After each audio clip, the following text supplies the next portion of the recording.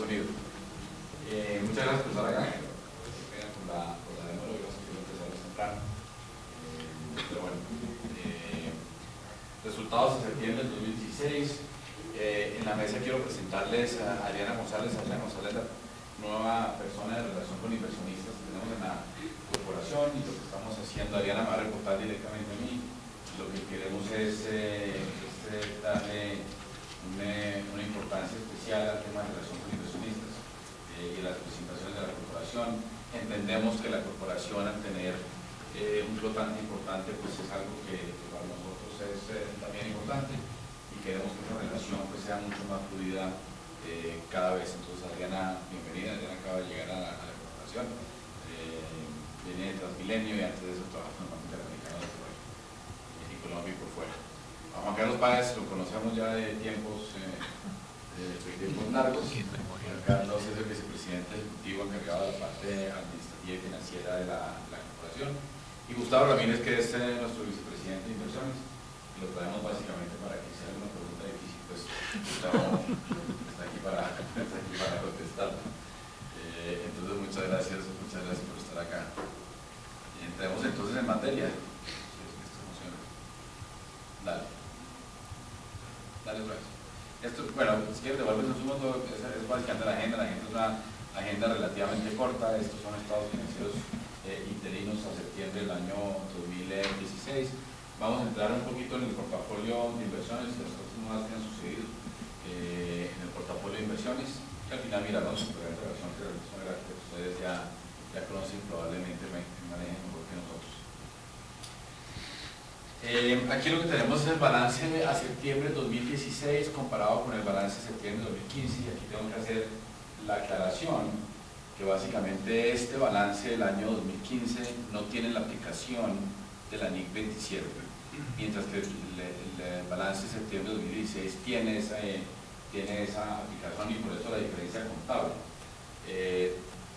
Nosotros tenemos ya reexpresado los balances a diciembre de 2015, que fue los que mostramos en la última reunión, pero no lo tenemos reexpresado a septiembre de 2015, entonces no quisimos empezar a botar números que no están reexpresados y correctamente contabilizados, y por eso la comparación se hace un poquito difícil, porque básicamente, si ustedes ven, el patrimonio de la corporación pasó de 3.9 billones de pesos a 2.9 billones de pesos, y el impacto, si recordarán, de la última reunión tiene que ver básicamente con la forma en que contabilizamos las valorizaciones en Promigas, porque al aplicar la NIC 27 uno le quita las valorizaciones, baja el valor de Promigas de mercado a valor en libros, y eso tiene ese efecto puramente contable. Ahí no hay ningún efecto de caja en esa contabilización. Entonces, por eso se ve que las inversiones pasan de 4.9 millones de pesos a 4.5 billones de pesos. Ahora, algo que también está pasando es que hemos reducido el tamaño de nuestro portafolio de renta fija, de 4.3 billones de pesos a 2.6. Aquí no hay efectos contables prácticamente de ninguna naturaleza. Esto es una reducción real en el portafolio de...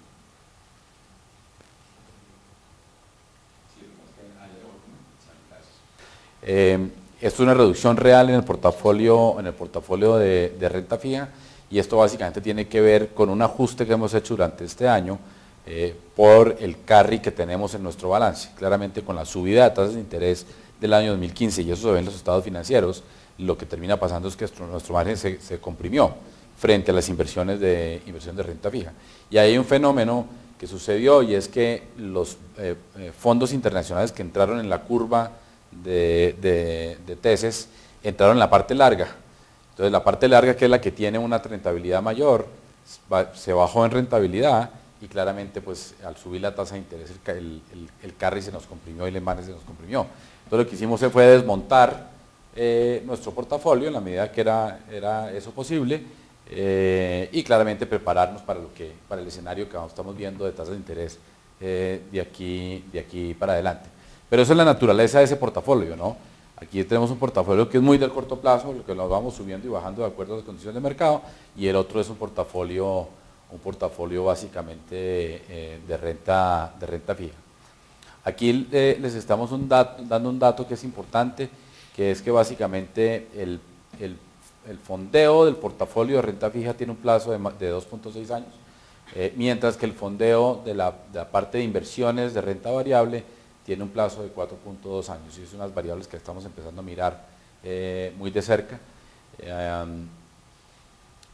El costo promedio del fondeo con CDTs, que es básicamente el único instrumento que nosotros utilizamos para fondear del público. Claramente utilizamos otros instrumentos de bolsas para fondear el portafolio de tesis, pero el costo promedio de fondeo del CDT es de 9.6%. Creo que la vez pasada lo alcanzamos a mirar, pero Fitch nos ratificó la calificación de AAA y nos ratificó la calificación BBB internacional. Y aquí básicamente está la forma en que está distribuido en valor en libros nuestro portafolio. La parte importante aquí es que es un portafolio diversificado. Aquí tenemos 5 o 6 sectores donde estamos invirtiendo, y es algo que uno es deseable hacia el futuro mantener esa diversificación en el portafolio. Con alguna frecuencia nos preguntan si nosotros nos vamos a concentrar en únicamente estos dos sectores. Claramente son dos sectores importantes, sectores donde estamos invirtiendo y creciendo, pero la idea es mantener una diversificación en el portafolio de Corfi Colombiana. Gracias. Bueno, aquí tenemos los estados financieros, el resultado financiero de la corporación. Nuevamente aquí estamos viendo los efectos contables, entonces no son estrictamente comparables el resultado del tercer trimestre del 2015 con el resultado del tercer trimestre del 2016, y por supuesto no es comparable el balance, el acumulado a septiembre del 2016. Pero las diferencias básicamente son las siguientes, y se las puntualizo porque creo que es importante.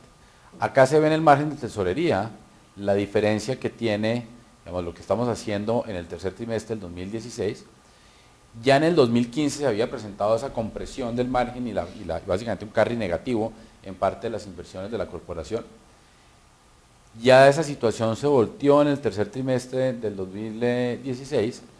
En el acumulado lo que ustedes ven es que en septiembre del 15 se ve una mayor utilidad en tesorería, pero básicamente porque la situación de compresión no se dio sino hasta ese trimestre. Antes de eso había una situación positiva en márgenes en la corporación. Entonces, en el acumulado lo que se ve es precisamente eso, que el año 2015, a pesar de esta pérdida importante en el tercer trimestre, es mejor que el resultado del año del tercer trimestre, el acumulado de septiembre 30 del 2016. En comisiones netas no hay diferencia, esto básicamente refleja las asesorías que tenemos en banca de inversión, donde seguimos trabajando en el financiamiento de las diferentes carreteras. Donde se presenta una diferencia importante es en el resultado de inversiones, pero nuevamente es el tema puramente contable. Aquí se ve el ingreso por método de participación de utilidades, pues pasa de 190.000 a 451.000, y los otros ingresos donde están los dividendos simplemente baja pues de 308.000 a 40.000 millones de pesos. Aquí hacia adelante lo que vamos a mirar es el método de participación de utilidades, entonces los resultados básicamente se van a mirar en este renglón del estado de pérdidas y ganancias. Adicionalmente, en el año 2015, que es cuando se hace la conversión, hay unos ingresos extraordinarios por 143.000 millones de pesos. En ese momento, la Superintendencia Financiera le permitió a las entidades financieras casi que hacer una doble contabilización de ingresos por dividendos, que hoy en día los dividendos no entran por IFRS, no entran en el estado de pérdidas y ganancias, sino básicamente disminuyen el activo. En ese año la superintendencia permitió contabilizar los dividendos y al mismo tiempo contabilizar el método de participación de utilidades, y por lo tanto se ve esa diferencia. Si uno quisiera tratar de hacer esto medianamente comparable, tendría que restarle 143.000 millones de pesos a esta utilidad acumulada a septiembre 30 del 2015. Y eso da, cuando se mira, un crecimiento en utilidades, en la utilidad operativa del 23% y un crecimiento en la utilidad neta de más o menos el 17%. Esto no se puede mirar en la contabilidad, esto toca hacer algunas reconciliaciones para poderlo hacer, y por eso no lo tenemos absolutamente definido en esta gráfica. Lo que sí es importante es que el índice de solvencia de la corporación pues viene mejorando, básicamente por la disminución de nuestro portafolio de renta fija. y se está manteniendo el retorno sobre capital. Esta es la utilidad del portafolio de inversiones. Básicamente esto no es un tema contable, es un tema financiero. Lo que hacemos es tomar cada una de las inversiones y nuestra participación en esas inversiones y decir cuál fue la utilidad de esa inversión, lo multiplico por mi participación y eso es lo que da los 511 mil millones de pesos. Contablemente eso no se refleja porque, por ejemplo, en inversiones como la empresa de Energía Eléctrica de Bogotá, donde tenemos el 3,5%, esa utilidad no entra a la corporación por método de participación de utilidad, sino entra por dividendos. Entonces esto es un cálculo más financiero que contable, pero se los damos ahí para que ustedes lo puedan empezar a mirar de cómo vienen las inversiones de la corporación. Okay. Miremos entonces ahora el portafolio de inversiones y para recortar básicamente cuáles son las inversiones de la corporación. En energía, la inversión más importante, por supuesto, es Promigas, el 3,6% que tenemos en la empresa de Energía Eléctrica de Bogotá, las inversiones en gas natural y las inversiones en Gascop.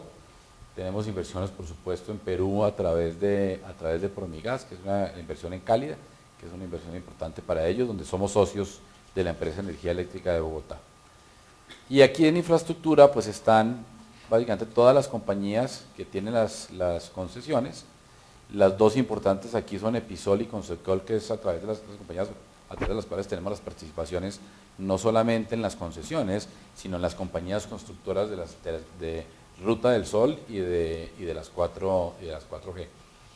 En agroindustria pues están estas compañías, donde está Unipalm, está Pajonales, está Valora, que son las inversiones básicamente en el negocio agroindustrial.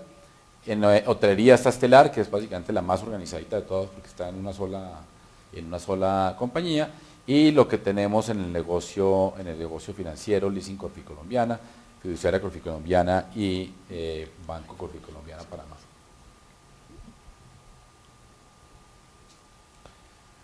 Bueno, y aquí lo que hemos hecho es no mirar tanto el aspecto puramente contable en la parte de utilidades, sino nuevamente esto es cuál es la participación que Corficolombiana tiene en esa compañía y cuánto participo yo en esas utilidades, no necesariamente el efecto contable que eso tiene.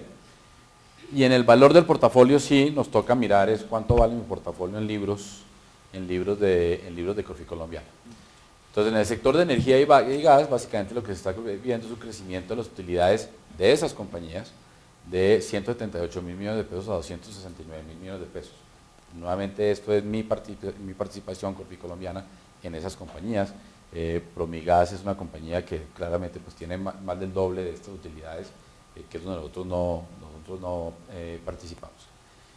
Y en el valor del portafolio, pues nuevamente está el efecto contable, pero esto empieza a darles un poquito de la idea de rentabilidad sobre el valor en libros. No es una rentabilidad sobre la inversión, pero es una rentabilidad sobre el valor en libros, donde tenemos 2 billones de pesos de valor en libros de nuestra inversión, con un retorno de 269 mil millones de pesos a septiembre de este año. Y claramente se ve un crecimiento interesante en esa inversión. Cosas que están pasando con Promigas, y ahorita hablamos un poco más de la Sociedad Portuaria del Callao, que ya se terminó el proyecto y se inauguró el viernes con la presencia del presidente de la República. Se inauguró en Cartagena. Ya llegó el primer barco cargado con gas licuado, que es el barco que utilizamos para comisionar la planta de regasificación. Esa planta pues había que probarla y se trajo ese primer barco para probar que la planta efectivamente está funcionando y hay un proceso técnico ahí de enfriamiento del barco de regasificación. Y ahorita les muestro un poco más. Aquí les quise traer básicamente cuál es el número de clientes a los cuales estamos llegando en el negocio de distribución de gas. Estamos llegando a 3,6 millones de usuarios. Con esta distribución, aquí hay una compañía que vale la pena mirar, que es Cálida, que es nuestro negocio de distribución en el Perú, que claramente viene creciendo a un nivel más acelerado que las otras, como consecuencia del nivel de penetración de gas domiciliario en Perú, es más bajo que en Colombia y por lo tanto el crecimiento es más acelerado. Vamos a la siguiente. Entonces, este es el negocio del SPEC. Lo que ustedes ven acá, este es el barco regasificador, que tiene una capacidad de 400 millones de pies cúbicos diarios. Y ese barco está allí y ese barco se queda ahí por los próximos 10 años. Y de pronto más si decidimos ejercer la prórroga del contrato. Y está ahí parado, básicamente, para esperar este segundo barco, que es el que trae el gas, cuando las compañías del grupo térmico así lo necesiten. Entonces TEPSA, esto es Celsia, y Termocandelaria nos mandan el gas y nos dicen, mire, ahí va el gas, por favor regasifíquenlo y mándenlo. Y eso es lo que hace, el proyecto SPEC. Tenemos un contrato con este grupo térmico que vale 82 millones de dólares al año, y nosotros alquilamos el barco, para poder tener la infraestructura para regasificar, y nos cuesta 48 millones de dólares al año. Entonces, esta es la fotografía ya de cuando vino la primera regasificación.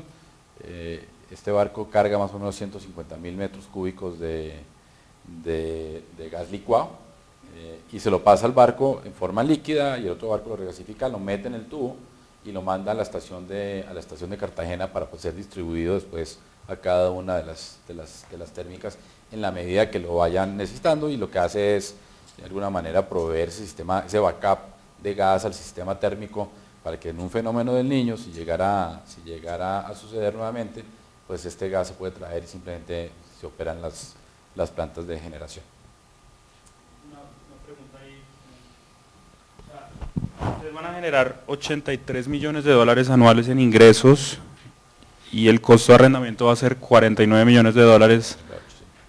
¿Hay otros gastos asociados ahí? O sea, es como para tener una idea de cómo va a ser el flujo. Hay otros ingresos asociados. Okay. Cuando el barco llega, hay un pequeño fee, yo no recuerdo el monto, Gustavo, pero es un pequeño fee por cada millón de pie cúbico de gas que estamos regasificando. ¿El año 1 de este contrato es? Va a ser el próximo año. Va a ser el próximo año.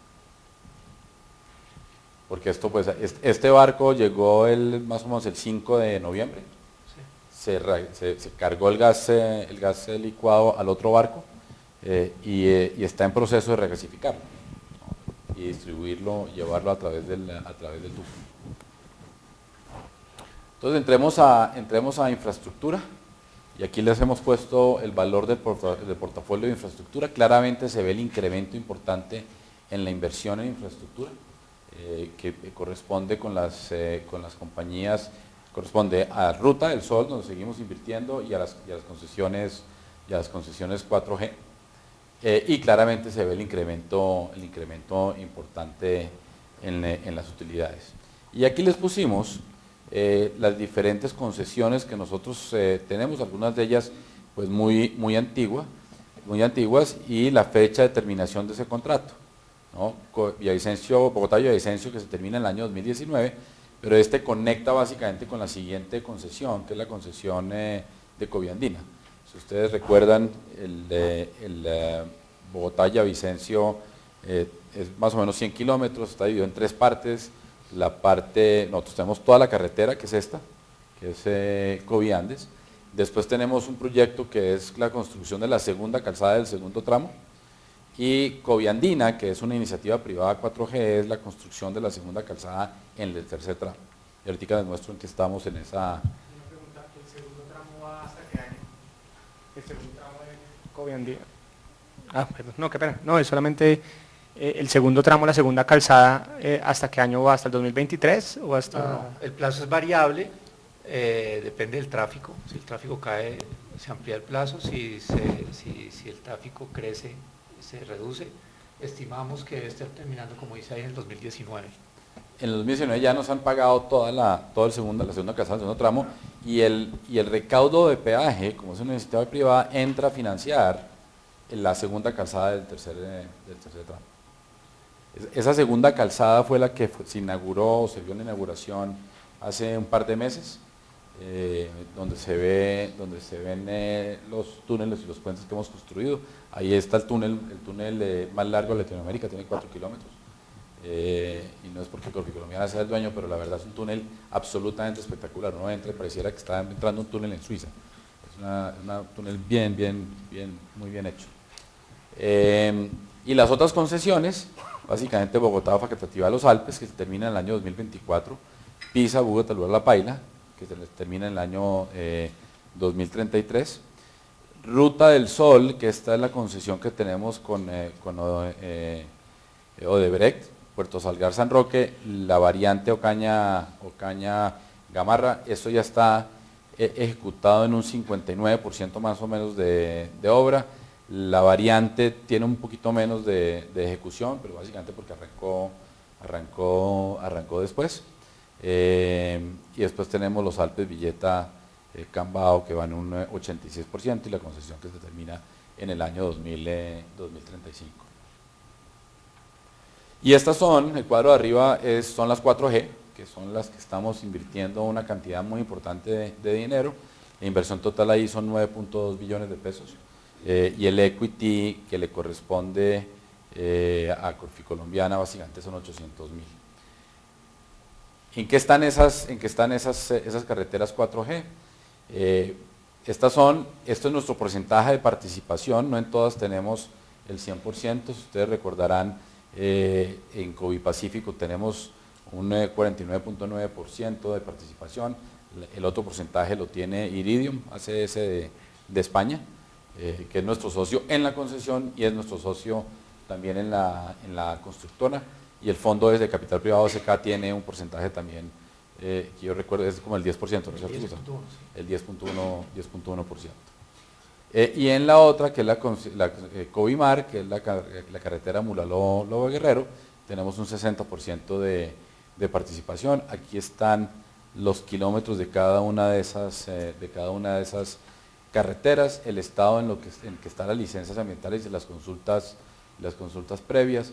En Pacífico 1 ya estamos completos en consultas, lo mismo que en Chirajara Villavicencio, que es Coviandina, nuevamente segunda calzada del tercer tramo. La concesionaria vial del Oriente no requiere consulta previa, y la que ha estado un poco más demorada, básicamente la consulta previa en Covimar, que es la consulta previa con la comunidad de Mulaló. Y había habido unas demoras y eso ha demorado el inicio de la construcción de la carretera.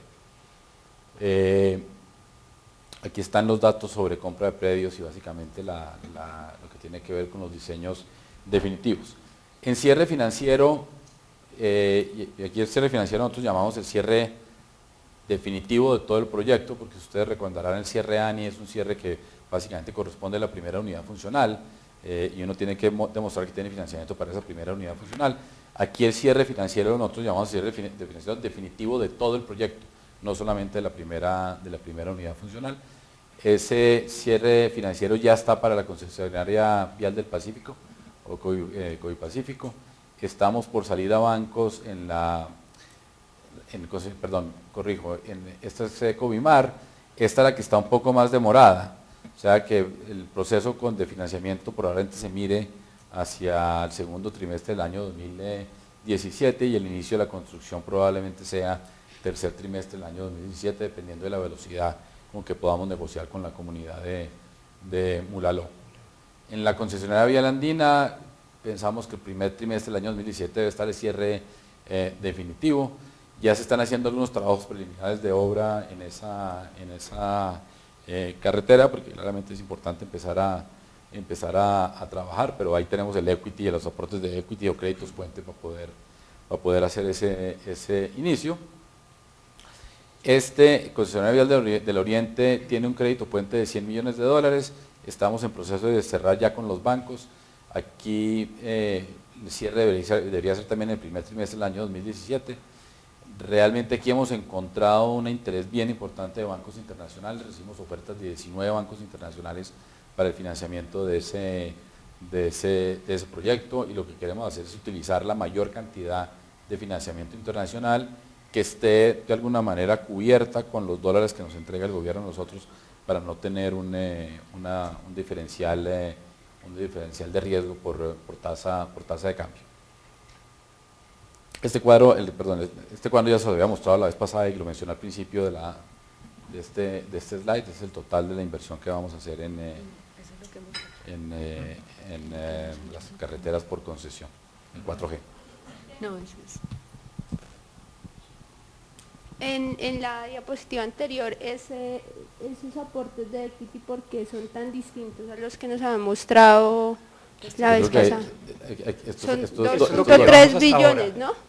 El total que vamos a hacer, que fue lo que mostramos la vez pasada, son 2.3 billones de Y esto es lo que llevamos Y eso es lo que Lo llevan, que llevamos ok. a septiembre es Fue mi error, me disculpa, sí, tienes toda la razón. Ok. Sí, ¿nos podrías dar un update, es como un poco más, no sé, o sea, hablarnos un poco más de Mulaló, Guerrero, qué es lo que está pasando realmente allá, qué es lo que están exigiendo las comunidades, que como que les han tomado un poco más de tiempo para empezar la ejecución? No sé si... Sí, la comunidad de Mulaló, cuando esta carretera se entregó en concesión, la comunidad de Mulaló básicamente lo que dijo es, yo no quiero discutir este proyecto, yo quiero discutir un proyecto anterior que me había mostrado el gobierno. Entonces la discusión se demoró porque empezamos a discutir con ellos de que realmente el proyecto que debería discutir es este y no el otro proyecto anterior que realmente no existía, porque ese ya la ANI había decidido no hacerlo. Ese proceso fue hasta la Corte Constitucional.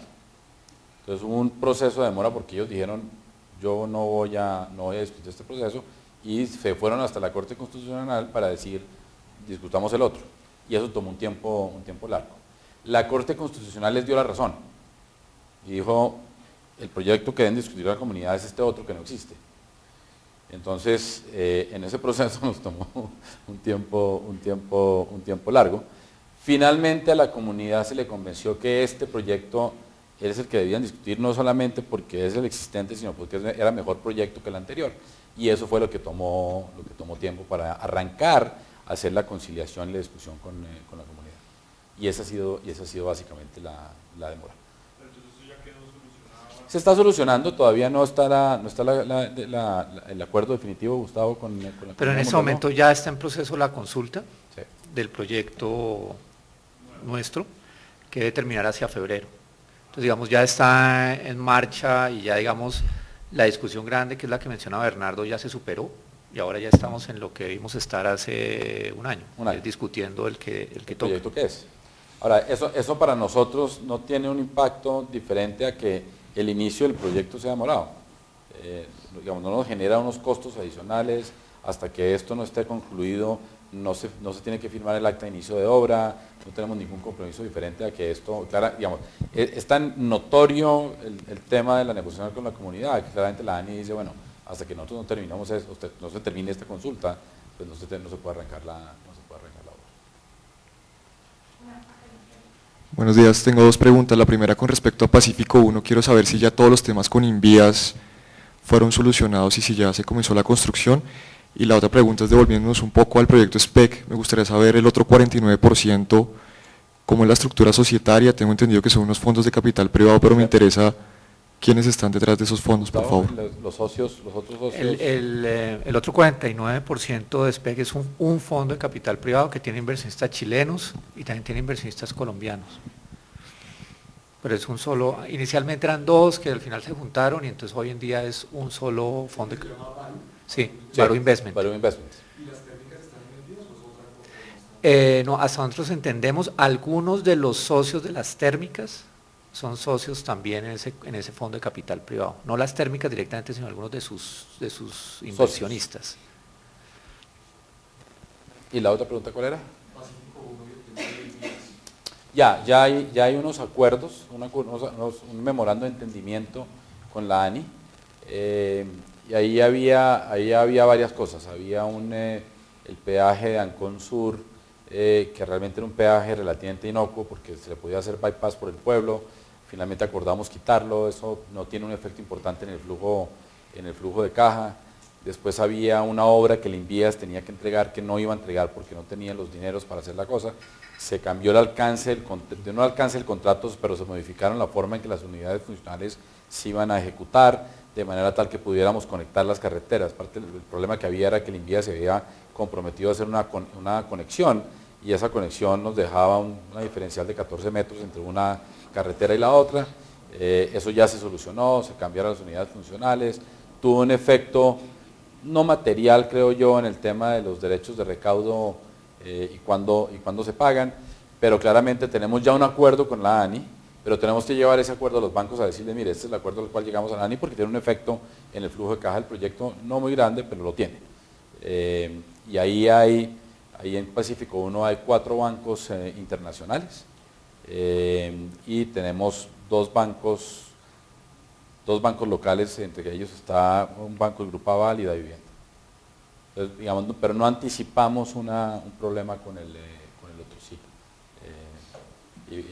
Y básicamente lo que no podíamos hacer era firmar el otro sí sin ir a consultar a los bancos.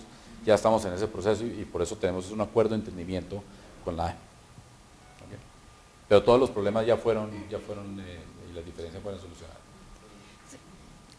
Tengo la curiosidad sobre Mulalov, más que todo por el tema de diseño. ¿Hay alguna posibilidad de que, dado que no hay acuerdo, digamos, no hay un acuerdo específico con las comunidades, lleguen a pedirles rediseño, que no pase por un lado o por el otro, que se parezca más a la vía anterior?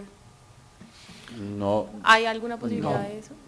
Como funcionan en general estos proyectos, cuando se adjudican, hay un trazado, todavía no hay un diseño. Parte de lo que hay que hacer en todos los proyectos, en la etapa de preconstrucción, es hacer los procesos ambientales, que incluyen, cuando es necesario, las consultas con las comunidades.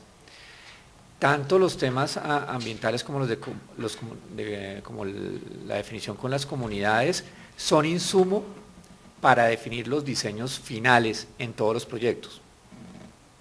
Entonces, en ningún proyecto empieza ya con diseños definitivos. Todos empiezan con un trazado general que se especifica en los diseños definitivos como resultado del proceso ambiental y de comunidades. Entonces, en este proceso estamos en eso, sabiendo ya que la discusión con Mulaló es sobre el trazado de este proyecto. Lo que pasaba antes con la discusión de ellos es que ellos querían un proyecto con otro trazado, ahí sí ya una cosa muy distinta al proyecto nuestro. Ya, digamos, esa discusión, como mencionamos ahora, pasó y ya estamos en una consulta normal sobre el trazado de nuestro proyecto. Entonces, obviamente eso definirá ya los diseños específicos, pero dentro de los márgenes normales de cualquier proyecto. Muy bien.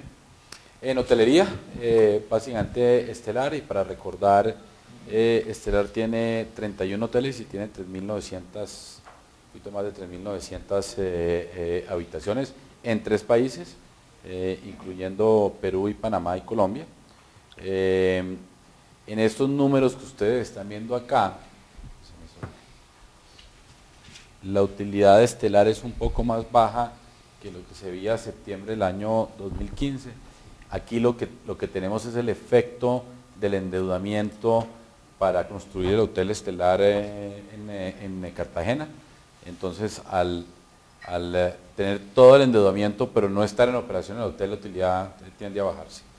El hotel ya se inauguró, realmente entró en funcionamiento en agosto de este año, lo inauguramos el viernes, la ocupación viene bastante bien, estamos muy optimistas de lo que pueda ocurrir con ese hotel, que por supuesto en la medida que empiece a subir la ocupación, pues nos va a subir la utilidad de Estelar. Sigamos al siguiente. Eso es un poquito más de detalles sobre el hotel. El hotel tiene 51 pisos, es el edificio más alto de Cartagena y es el más alto de Colombia ya funcionando. El que lo sobrepasa probablemente sea el BD Bacatá cuando lo terminen, pero por ahora este se sigue siendo el hotel, el edificio más alto de Colombia. Es interesante porque el lobby de este hotel está en el piso 15, la piscina está en el piso 12, la vista sobre Cartagena y sobre el mar es absolutamente espectacular. Las habitaciones todas tienen vista sobre el mar, también es muy bonito. Hay 318 habitaciones estándar y 20 junior suites. En agroindustria, Básicamente aquí nuevamente hay el efecto de la NIC 27, la utilidad viene creciendo, allí básicamente 25.000, ¿esto suma cuánto? 20.000, como 30.000 hectáreas disponibles entre sembradas y disponibles para ser sembradas. Esta es la plantación de caucho y este es procesamiento de caucho. Lo que hacemos ahí es recoger el caucho, procesarlo, armar unos ladrillos de caucho que se les venden a las llanteras en Colombia. Y estos son los otros sectores donde básicamente tenemos a mineros y a Tesicol. Dentro del sector financiero, y esto es básicamente la causa por la cual la utilidad en el sector financiero se ha caído, es que la leasing ha tenido unas provisiones importantes de cartera que han hecho que la compañía estuviera dando pérdida hasta junio de este año, pero básicamente es un tema que nos estamos ocupando de él para efectos de retornar la compañía a utilidad, pero no tiene un impacto importante dentro de la escala de la corporación. Si ustedes ven aquí, estos son 20.000 millones de pesos de un total de utilidades de casi 500.000 millones de pesos al año, en un año normal. Muy bien, esa es la presentación. Lo importante de la acción ustedes lo conocen, lo vimos la vez pasada. Con gusto contestamos preguntas adicionales. Creo que hay varias. Bueno, muy buenos días. Yo quisiera preguntar, pues teniendo en cuenta que en EDB ya se aprobó la venta de sus activos no estratégicos, esto lo preguntamos en el trimestre pasado, pero pues ya que se aprobó queremos volver a preguntarlo, para saber si ustedes están interesados en esa participación que está vendiendo EDB de Promigas. Y segundo, yo quisiera entender un poco mejor el negocio de la regasificadora, ¿sí? Un poco mejor, no sé, la estructura de ingresos, estructura de costos, que nos explicaran un poco mejor cómo funciona bien este negocio. Y digamos la relación pues con las empresas, con Celsia, que tienen el contrato. En el caso de Promigas, claramente, Promigas ha sido un muy buen negocio para nosotros. Es una compañía que nos gusta, es una inversión interesante. No hemos empezado a tomar una decisión, pero es una compañía que claramente ha dado unos resultados que para la corporación han sido muy buenos. Si vamos a comprar o no, creo que cruzaremos ese puente cuando lleguemos a él, todavía no hemos llegado. Entonces, esto va a tomar un tiempo todavía mientras el distrito pasa por su ley 226, eso requiere ley 226, y hay que ver qué queda después de esa ley 226. Entonces pensamos que en febrero del año entrante empezaremos a sentarnos a ver si es algo que nos interesa. Y en el caso de SPEC, Gustavo. Sí. Básicamente el origen y el racional de la inversión de SPEC es lo siguiente.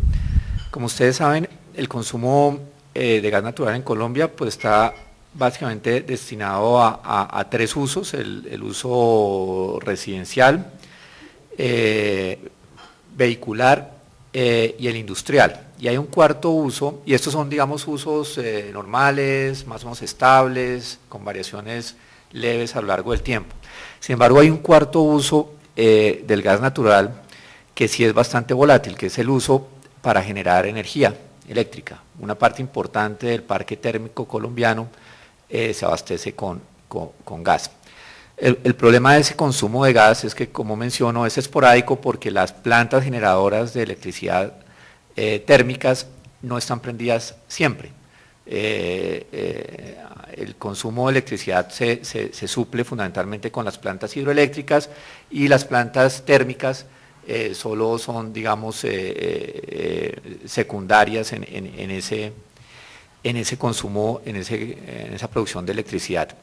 Cuando hay fenómenos del Niño, que las plantas hidráulicas no tienen capacidad para generar, como pasó a principio de este año, entonces es necesario prender las térmicas, y ahí es cuando las térmicas demandan gas. Como pasó este año, si la producción local de gas no es suficiente, como pasó este año, esas térmicas pueden no llegar a suplir la demanda de gas y eventualmente puede pasar lo que casi pasa este año, que es un racionamiento. Lo que busca esta infraestructura es evitar que eso pase. ¿Por qué? Porque es una infraestructura que está disponible para suplir gas cuando sea necesario. Y es un gas que no viene de la producción local, sino es importado. Y a nivel, digamos, internacional, el gas no se transa pues, por tubos en general, sino a través de gas licuado. Y se transporta por esos barcos que vimos en la fotografía. Entonces lo que hace esta planta es estar disponible cuando se necesite, cuando las térmicas demanden esporádicamente ese gas, que debería ser en épocas de niño o cuando pase alguna otra eventualidad, se trae un barco de afuera con gas líquido y nuestra planta lo gasifica y lo inyecta al sistema. Ese es, digamos, como el racional del negocio. Para nosotros, ¿en qué consiste el negocio? Para SPEC, fundamentalmente en construir esta infraestructura, tenerla disponible, y por eso recibe un take or pay de los térmicos, es decir, un pago fijo mensual, que al año son los 82 millones de dólares que se mostraron ahí, consúmase o no se consuma gas. Es un take or pay por tener disponible la infraestructura. Adicionalmente, cuando se consuma gas, es decir, cuando llegue un barco, se gasifique, se cobra una tarifa variable por pie cúbico gasificado, que suple pues, los gastos variables que haya en ese momento. Pero digamos, en épocas normales solamente se recibe el cargo fijo, digamos que son esos 82 millones de dólares. Ese es el negocio base y así está diseñado y así se remunera la inversión de SPEC. Adicionalmente, teniendo esa infraestructura disponible, es posible traer gas para otros usos que no sea el térmico. Uno ya tiene pues, la infraestructura disponible. Si las térmicas no están usando la planta, pues porque no necesitan el gas, se puede traer gas para otros usos. Esos son como upside del negocio, digamos, que permitiría usar esa infraestructura. Ese es, digamos, como de manera general el negocio de SPEC. Simplemente para ratificar un punto que es bien importante. Nuestro negocio es tener la infraestructura disponible. Cuando las térmicas necesitan gas, son ellas las que compran el gas. Y nos lo mandan y nuestra función es regasificar ese gas. Pero no es Promigas importando el gas. En el negocio adicional, ese sería algo en donde Promigas sí puede participar, es que importa gas licuado para otros usos diferentes a los usos de las térmicas. Pero eso hay que hablarlo con las térmicas, porque las térmicas le están pagando a Promigas por tener esa infraestructura disponible y tiene que estar disponible para cuando ellos lo necesiten. Un poquito más de claridad, si eres tan amable, en la parte, cuando llega el barco y llega el barco al puerto donde se pasa el proceso, tú dices se inyecta el gas al sistema, ¿eso es por vía de gasoducto? ¿O sí. ¿Sí? ¿Podemos poner la foto? Básicamente lo que sucede es que, básicamente aquí está el gas licuado, que viene este barco en particular venía de Trinidad y Tobago con el gas licuado, se acerca a que es la unidad regasificadora. Aquí hay 3 unidades, dentro de esta unidad grandotota hay 5 unidades regasificadoras, que tienen cada una capacidad de 100 millones de pies cúbicos diarios. Se usan 4, entonces la capacidad es de 400 millones de pies cúbicos diarios. Entonces, sí, aquí está. Entonces, le pasa el gas licuado, lo regasifica y lo mete un tubo que conecta de aquí hasta tierra. Este es el muelle. Y ese muelle tiene 700 metros, ahí va el tubo. Y ahí después hay una unidad que básicamente mete eso dentro del tubo que conecta con la estación, la Heroica, ¿qué se llama? La de Promigas. Sí, la Heroica. Y ahí se mete ya el tubo de distribución de gas. Entonces, si las térmicas lo necesitan, ahí le llevamos gas a cada una de las térmicas. Y entonces ahí me surge una duda, de pronto yo estoy mal, es la parte, digamos, la crisis que existió en el sector térmico fue también porque faltaba infraestructura para transporte de gas. Aquí estamos hablando de 400 millones de pies cúbicos, la infraestructura está para transportar esa cantidad de gas? Sí, en realidad la crisis al principio de este año fue principalmente por falta de suministro de gas, no de transporte. Hay zonas del país que tienen limitaciones de transporte, pero el grueso de la crisis fue por suministro. Aquí lo que se crea es una nueva fuente de gas, que antes no existía. Antes era imposible en Colombia traer gas importado, porque llegaba el barco y no había manera de gasificarlo y inyectarlo ahora esto crea esa posibilidad. Obviamente, como usted dice, no solamente es necesario tener gas, sino tener la capacidad de transportarlo, pero por eso llega al tubo existente de Promigas, que tiene capacidad suficiente para transportarlo.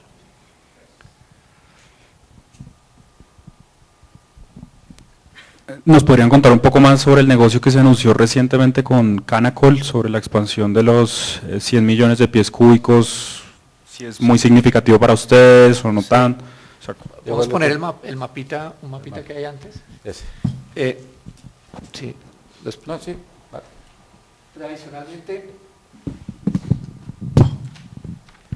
como ustedes saben, en Colombia el principal yacimiento de gas es en La Guajira, lo que se llama Ballenas y Chuchupa, que fue por donde empezó el gas en Colombia, y Promigas, porque Promigas empezó en sus orígenes básicamente haciendo lo que se llama el gasoducto troncal de la costa, que es a lo largo de toda la costa, para distribuir ese gas de La Guajira.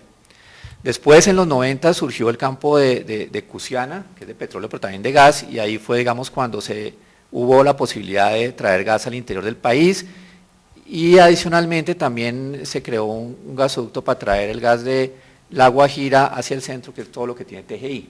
Entonces TGI básicamente lo que hace es traer gas de La Guajira hacia el interior y de Cusiana hacia el interior, y lo que hace Promigas es transportar el gas de La Guajira hacia el resto de la costa.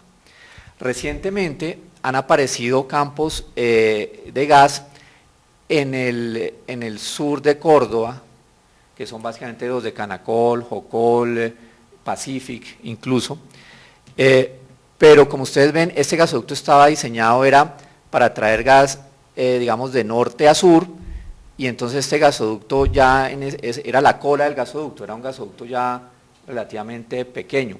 Cuando surge gas aquí, entonces ahora el gas tiene que fluir no de norte a sur, sino también tiene que poder fluir de sur a norte. Entonces el gasoducto que había acá, que era la cola del gasoducto, pues no tenía la capacidad para subir el gas. Entonces gran parte de la infraestructura que ha hecho Promigas, todo lo que se llama el Loop del Sur, es para ensanchar esta parte del gasoducto y que sea capaz ahora de sacar gas de estos nuevos yacimientos. Y eso es lo que ha hecho Promigas en los últimos años. Canacol ha seguido encontrando más gas acá, entonces adicionalmente a lo que ya se hizo en los últimos años, se llegó a un acuerdo para hacer una expansión adicional de gasoducto para poder transportar 100 millones de pies cúbicos adicionales. Entonces estas son, digamos, inversiones de expansión en el gasoducto de Promigas a raíz de los nuevos hallazgos en estos campos. Y es por donde está creciendo, digamos, la producción de gas en Colombia. Como ustedes saben, los campos de Guajira están declinando y donde está apareciendo nuevo gas en este momento es acá. No sé si queda clara la... Sí, otra pregunta con respecto al proyecto de regasificación, y me gustaría saber a qué precios llegaría. Si uno toma la tarifa internacional de Henry Hub, ¿uno le adicionaría $2-3 más o cuánto más? Hoy en día que, como ustedes saben, el precio está históricamente en sus niveles más bajos, el Henry Hub está a menos de $3, $2.50. Por ejemplo, el gas que llegó para el commissioning de la planta llegó alrededor de $4.50, que incluso está a niveles muy similares al gas local. Ahí es donde se crean oportunidades de otros negocios, porque tradicionalmente ese gas llegaba, digamos, a niveles de más de $10 hasta $15, que a ese precio solo era rentable para las térmicas, pero ya a niveles de $5 se vuelve muy competitivo para otros usos. Okay. Y tengo otra pregunta con respecto a las 4G y me gustaría entender cómo van a ser los compromisos de equity y cómo es el tema de las garantías bancarias que les están exigiendo los bancos. He escuchado a algunos actores que para algunos proyectos, no para los de ustedes, no sé si para ustedes también, algunos bancos les están exigiendo algunas garantías bancarias y hasta algún punto muy líquidas para el negocio. Entonces me gustaría entender eso un poco. El equity que va a poner Corficolombiana básicamente es un equity que viene de la generación interna de la compañía. No vemos necesidad de hacer nada distinto a que las utilidades de la corporación van a generar lo suficiente para poder hacer esos aportes. El caso de Corficolombiana puede ser diferente a otros sponsors en el mercado, básicamente porque Corficolombiana es una entidad financiera, tiene una flexibilidad de liquidez que potencialmente no tienen otros. Yo puedo ir a captar del público cuando así lo requiera, entonces tengo esa flexibilidad que es bien importante. Es un emisor AAA en el mercado, entonces lo que nosotros nos piden es diferente probablemente lo que le pidan a otros sponsors del mercado. Nuestra discusión con los bancos no es de si la plata que yo voy a poner me exigen una garantía por eso. La discusión con el banco es, si usted quiere que yo le dé una garantía, yo le pongo el equity al final, porque le estoy dando una garantía absolutamente líquida. En Pacífico 1 ocurrió de esa manera, y es que usted quiere que yo le dé una garantía, le doy una garantía, pero no le pongo el equity para y paso, se lo pongo al final del proyecto y claramente sube la rentabilidad del proceso. Entonces, Corficolombiana dentro de ese contexto es un sponsor diferente. Claramente tenemos un patrimonio de 2.9 billones de pesos, tenemos la flexibilidad financiera para ir al mercado a conseguir los dineros, tenemos otros negocios como Promiga, CDB, hotelería y agroindustria que nos generan un flujo de caja que podemos utilizar para invertir en las carreteras. Entonces, el contexto general es muy diferente.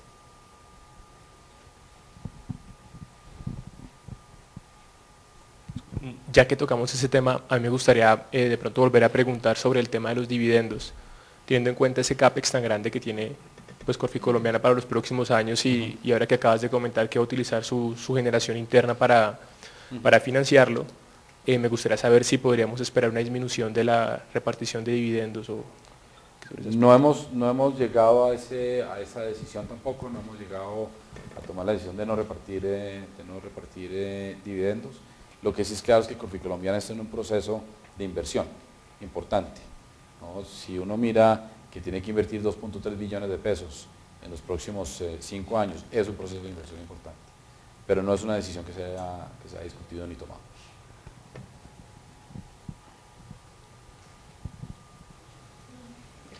¿Cambian algo el que le pongan IVA al asfalto, la rentabilidad de estos proyectos?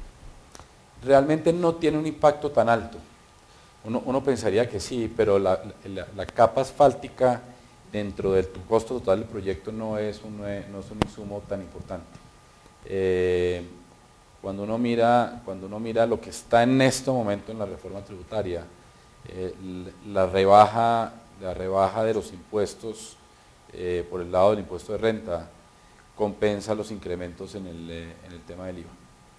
Que sí tiene impacto, claramente hay, digamos, no solamente es el asfalto, hay otras cosas que están haciendo retención en la fuente para contratos del exterior.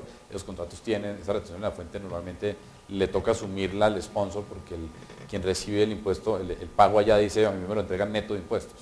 Entonces sí hay un impacto, tenemos un cuadro que el doctor Juan Carlos Páez, si quiere lo podemos mirar, con la gran advertencia y solicitud de que todavía no sabemos en qué va a terminar la reforma tributaria. Las discusiones apenas empezaron ayer o hoy, y apenas ayer miramos ya la ponencia definitiva, y claramente cualquier cosa que entre al Congreso pues tiende a ser modificada por las discusiones que tengan en el Congreso, así sean cortas. Entonces hay que esperar a ver cómo es la cosa.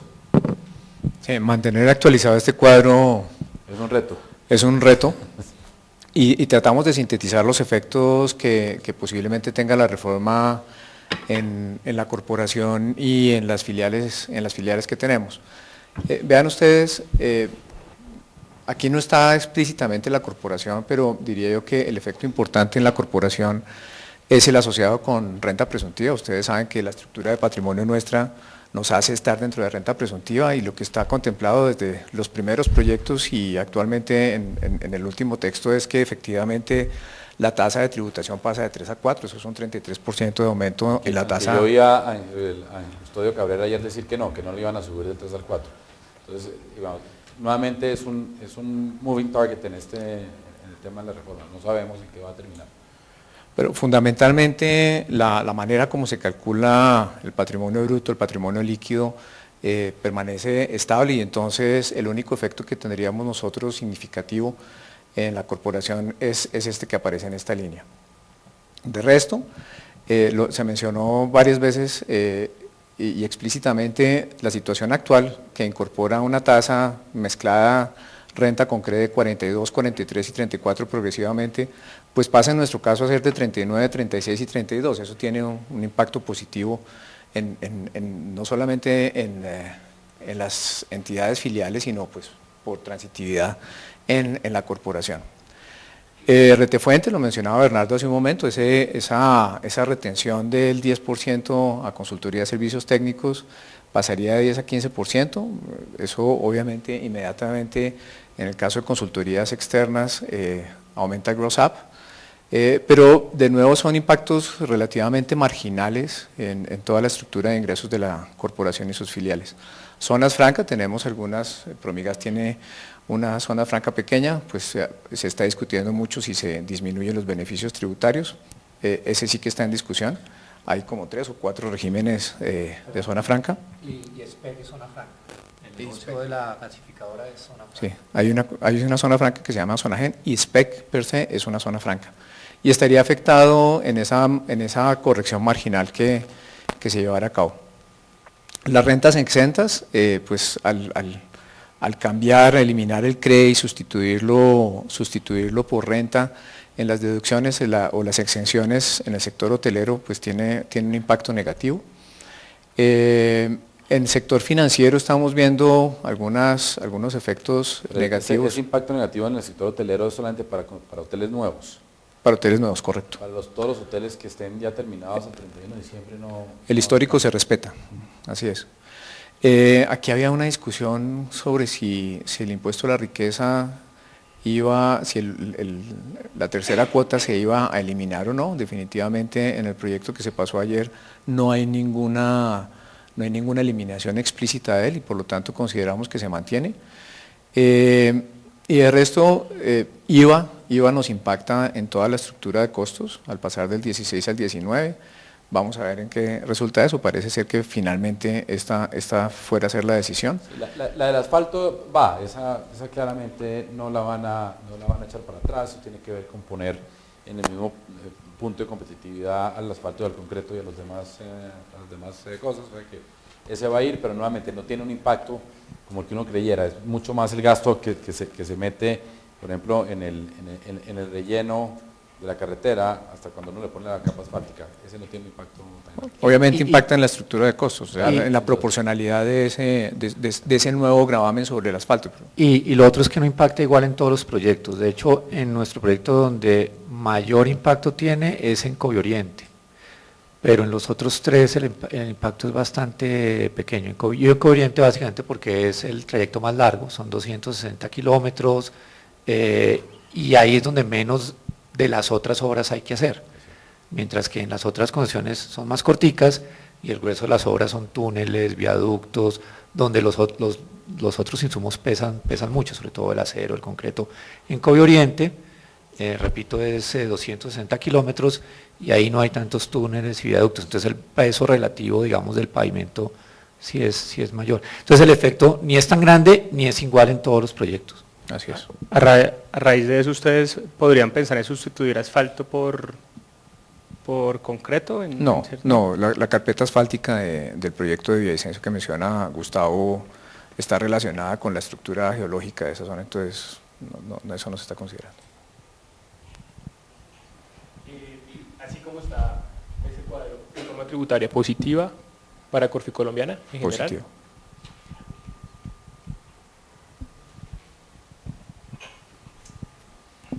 Siguiendo con el tema de reforma tributaria, tengo entendido que en la ponencia de ayer no pasó de 32 sino a 33% la tarifa de renta. ¿Ah? ¿El 19? No, la tasa tributaria. La tasa de tributación, sí, para el impuesto de renta. ¿32 a cuánto? A 33. Entonces pasaría de 34 a 33, únicamente una disminución del 1%. Esa, a 33%. Y también tengo entendido que no van a hacer unas deducciones que antes se ponían a hacer de amortización de goodwill. ¿Ustedes cómo están ahí? ¿Les impacta o es indiferente? Para nosotros es indiferente eso.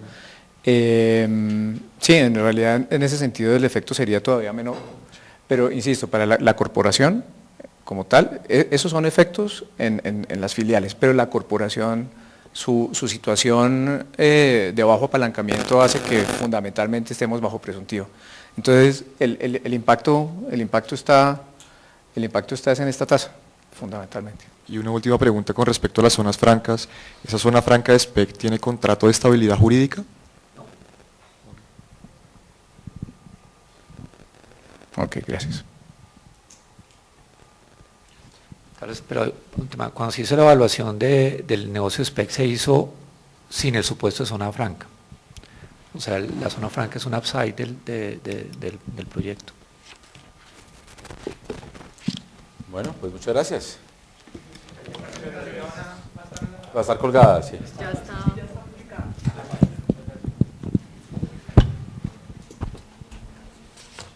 ustedes, muchas gracias.